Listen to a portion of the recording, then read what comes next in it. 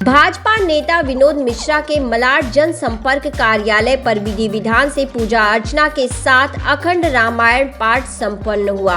विनोद मिश्रा नगर सेवक बनने के बाद से ही हर साल जनसंपर्क कार्यालय पर अखंड रामायण पाठ का आयोजन करते आ रहे हैं, जिसकी शुरुआत 25 फरवरी से हुई और 26 फरवरी को पूर्ण हुई अखंड रामायण पाठ, जिसकी शाम पूर्णाहुति, हवन और प्रसाद का कार्यक्रम किया गया। इस दौरान पहुंचे भगवान राम के दर्शन के लिए भाजपा विधायक अतुल भातलकर और भाजपा के कई पदाधिकारी व कार्यकर्ता। इस दौरान मीडिया से बातचीत में अतुल भातलकर और विनोद मिश्रा ने क्या कुछ कहा, देखिए यह खास रिपोर्ट मुंबई से।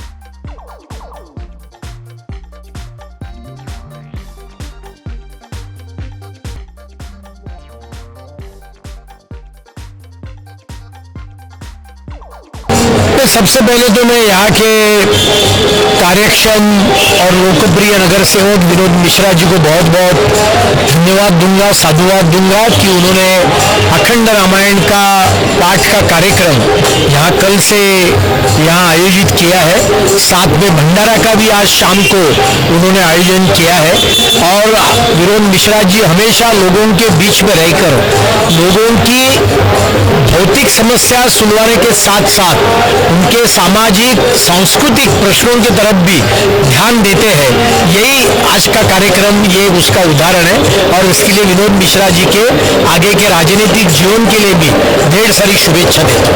अतुल जी, जैसा कि महानगर पालिका का चुनाव आ रहा है या सारे जो सरकार का वोट मिल रहा है, ऐसे में जो पेंडिंग है, जो उनके मुद्दे जो आज कई जिलों के ये सारे का काम नहीं हो पा रहा है, इससे क्या दिक्कत है?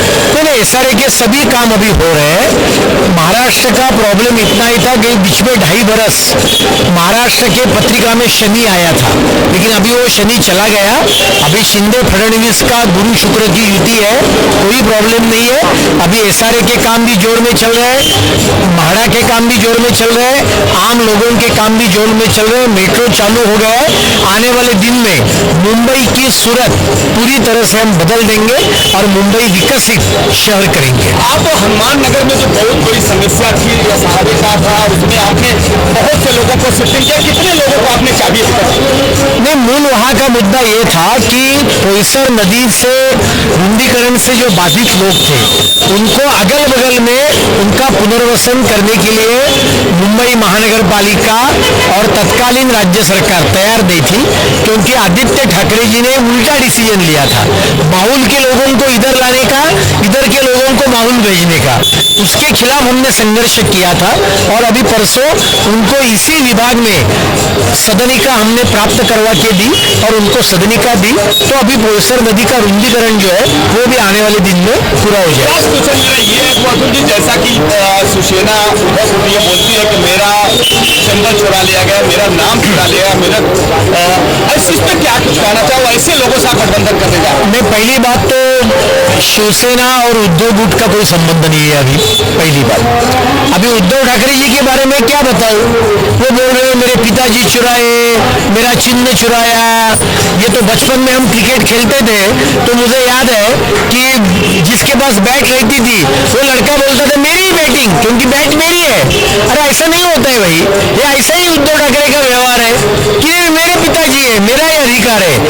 जो वारसा होता है विचारों का वारसा होता है और इसके लिए बाला साहब ठाकरे यानी क्या हिंदुत्व और हिंदू सम्राट बाला साहब ठाकरे ये अलग नहीं हो सकते। वो हिंदुत्व आपने छोड़ दिया, वो हिंदुत्व एकनाथ जी शिंदे आगे लेके जा रहे और उसके लिए चुनाव आयोग ने भी वही शिवसेना है ये निर्णय दिया है। आपने संगठन से जुड़े, कब तक चुनाव होगा मुंबई महानगर पालिका का, इसके सुधार का ऐसा है में आपका महापौर बनेगा क्या?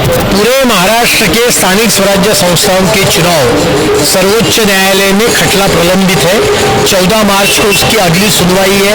सर्वोच्च न्यायालय ने जैसे थे इस प्रकार का आदेश 4 महीने पहले से दिया है और इसलिए चुनाव कब होगा ये सर्वोच्च न्यायालय के निर्णय पर आधार पे है। चुनाव के लिए हम तैयार है और मुंबई नहीं पूरे जिला परिषद और बाकी सभी नगर पालिका महानगर पालिका में भारतीय जनता पार्टी, शिवसेना और हमारे मित्र पक्षों की महायुति 100% जीतेगी, ये मैं आज के दिन कहना चाहता हूँ।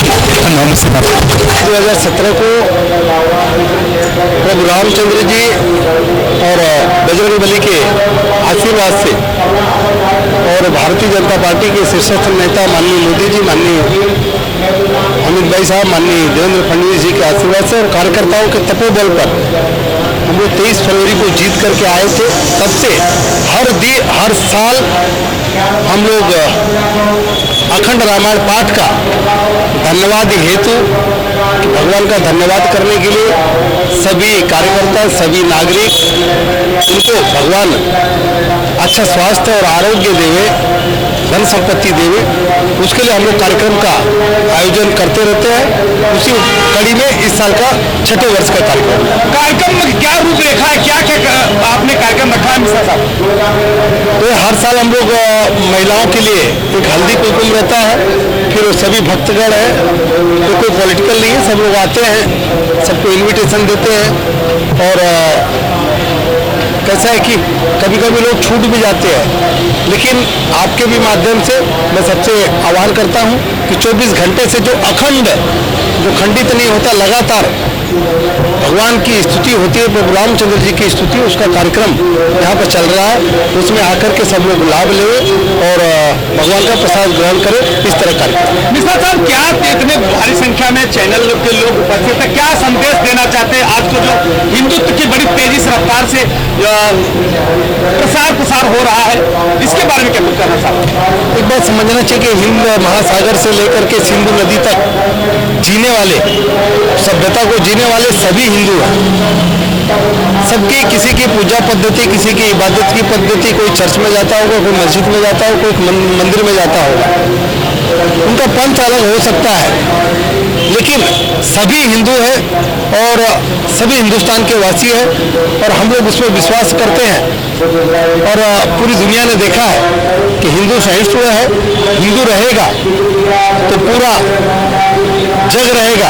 पूरे वसुधैव कुटुंबकम की अगर कोई बात करता है तो हिंदू संस्कृति करती है, सनातन संस्कृति करती है। तो मुझे लगता है कि इस सनातन संस्कृति जो विश्व गुरु भारत रहा है और उसकी तरफ भारत बढ़ रहा है और पूरी दुनिया भी उसको मान रही है। मिश्रा साहब, जिस तरह से आप जानते हैं कि पहले पश्चिमी सभ्यता बहुत तेजी से हावी हो रही थी, एकाएक लगाम लगा, इसका श्रेय किसको जाता है सर? इसका अगर श्रेय देंगे तो देश के नागरिकों को, देश के युवाओं को, देश की माताओं को, और उसके बाद इसके जो ब्रांड एम्बेसडर है वह विश्व के नेता अगर बोला जाए तो माननीय विकास और हिंदुत्व कि माननीय नरेंद्र मोदी जी, भारत के प्रधानमंत्री, उनको पूरा का पूरा श्रेय जाता है। सॉरी, क्या बोले? जिस तरह से रामचरित मानस का मौर्य ने जलाया, इस पर क्या कुछ कहना चाहते हैं? देखिए, उनका नाम स्वामी प्रसाद है।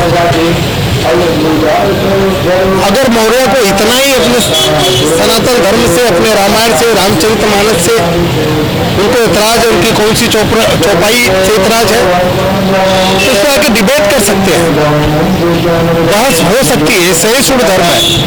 लेकिन एक बार उन्होंने अध्ययन तो करना चाहिए उस चौपाई में क्या है। जिस चौपाई का उल्लेख कर रहे हैं उनको अवधि पता ही नहीं, ताड़न मतलब ज्यादा विशेष ध्यान देना, विशेष लक्ष्य रखना, तो उनको पता ही नहीं है कि किस बारे में बात कर रहे हैं। चाहे महिला हो, जो हमारा चाहे वंचित समाज हो, इस पे या रोल की बात है उस पर विशेष ध्यान दिया जाता है, तब उसकी आवाज है ढोल की निकलती है। जो वंचित समाज है उनको विशेष ध्यान देने की जरूरत है। इस तरह की चौपाई में बोला गया, लेकिन वोट की खातिर स्वामी प्रसाद मौर्य इस तरह के आराम सलाह बयान दे रहे हैं। लेकिन देश की जनता जाग गई है, कोई उसमें नहीं होना चाहिए उनको नाम अगर इतना ही पढ़े तो संशोधन करके देखे प्रगति को वोट मिलेगा। आज हिंदू हो, मुसलमान हो, सिख हो, ईसाई हो, सबका सम्मान मोदी जी के साथ में है। और अब वो स्वामी भी अगर हटाएंगे तो भगवान का नाम और प्रसाद भी भगवान के लिए, उनका नाम भी नहीं छोड़ सकते। उनको यहाँ तो सुमो कर देना चाहिए अगर इतना है तो।